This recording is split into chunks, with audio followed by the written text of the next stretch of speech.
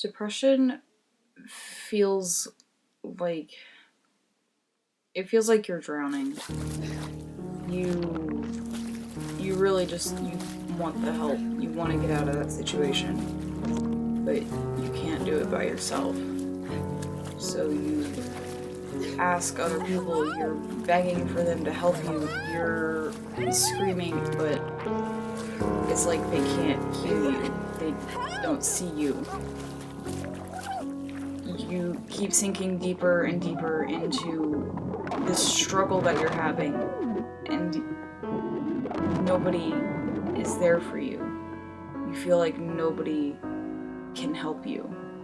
You feel alone, really. Alone and scared.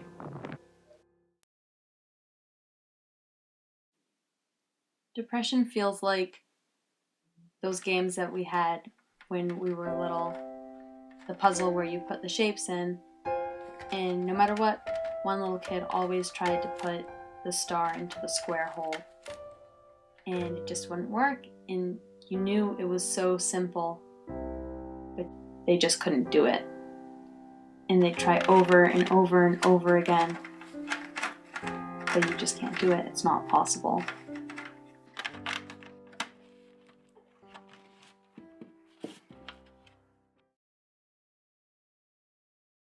Depression is when a boy wakes up and goes to school like normal.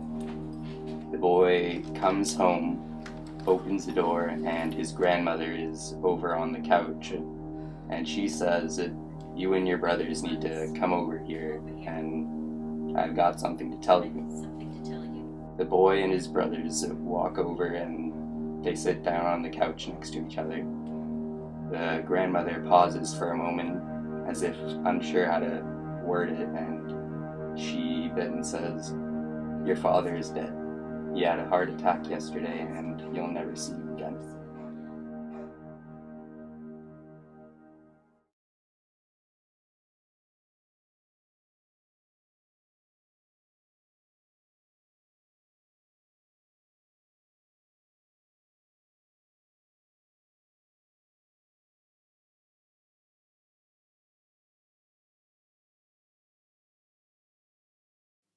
You wake up, and it looks the same as it always does, except this time, something's different. As you look around your room, it's not the same. Your curtain falls different. Everything is just different.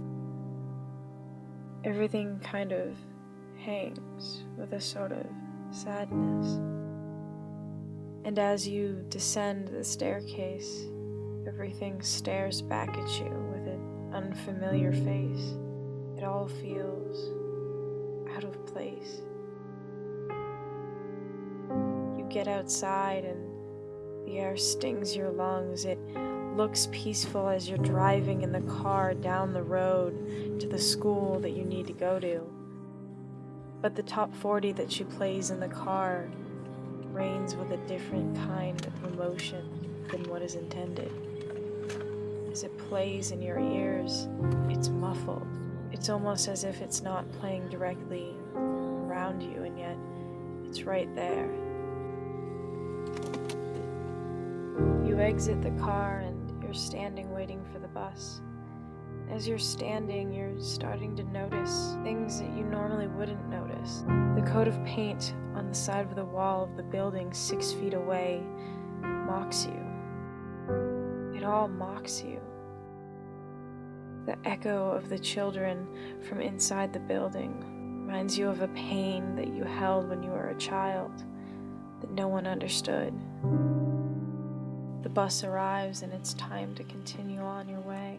So you pick your tired legs up and you trudge them up the steps. And as you descend down the aisle, you avert your eyes to the ground because every single person is all at once staring at you and not seeing you at all. And God forbid if they look at you and see you. Because if they see you, they're gonna know. And if they know, you're gonna break. As you arrive to your destination, you seem to notice the same sort of things as you exit the school bus. You notice the tree outside of your high school. You pay attention to the paint on the walls, this time a mural that the school children made. You pass by an open window and you look outside for an answer that isn't there. As you're moving down the hallway, it's bizarre. Everyone's moving by you so fast. You feel so weak that you stop and look down at your feet. And you close your eyes, and when they open, there's weights around your ankles, and you look at them confused. How could nobody see them? You close your eyes and shake it off, and when you open your eyes again, they're gone, and you move on. You continue down the hallway to your next class. Yet again, you notice the objects in the room. You're not sitting at that desk. That teacher's not teaching in that room. You're a million miles away. Suddenly, you're in the bathroom washing your hands, and you're at your next class. Same story plays. The walls, and sign-out sheet, and the books. Play with your pencil, and the clock stares you down as you wait to leave, but have nowhere to go. It's time for lunch, and you watch the people walk by, and you trudge on through the line, and you sit alone at the table in the cafeteria. And you look out the window. It's so beautiful, but yet it feels so ugly. The rest of the day just blurs together more than the beginning did. Before you know it, it's over. You're back on the bus, and you're averting your eyes again, but this time it's harder than it was before. As you sit on the bus, you're not sitting on the bus, because it's not a bus. It's the condensation on the windows, the screws in the side of the wall. You see nothing as a whole, and before you know it, here you are, you're walking home. Things start going down fast. You're walking down the road, and you slow your pace because you find that nothing tells you to keep going. Things start to tweak out of reality. You start to shake. It all starts to stare at you as you're trying to walk home. The sky is calm, but it swirls and swirls, and it all just keeps picking up in pace. And then you're at your house, and you're attempting to walk up the steps, but you're so out of breath, and you can barely see, and you can barely breathe. It's everything shaking around you. You're almost at the door. You open it, and the shaking picks up in pace. You struggle to open the final door as you enter the house.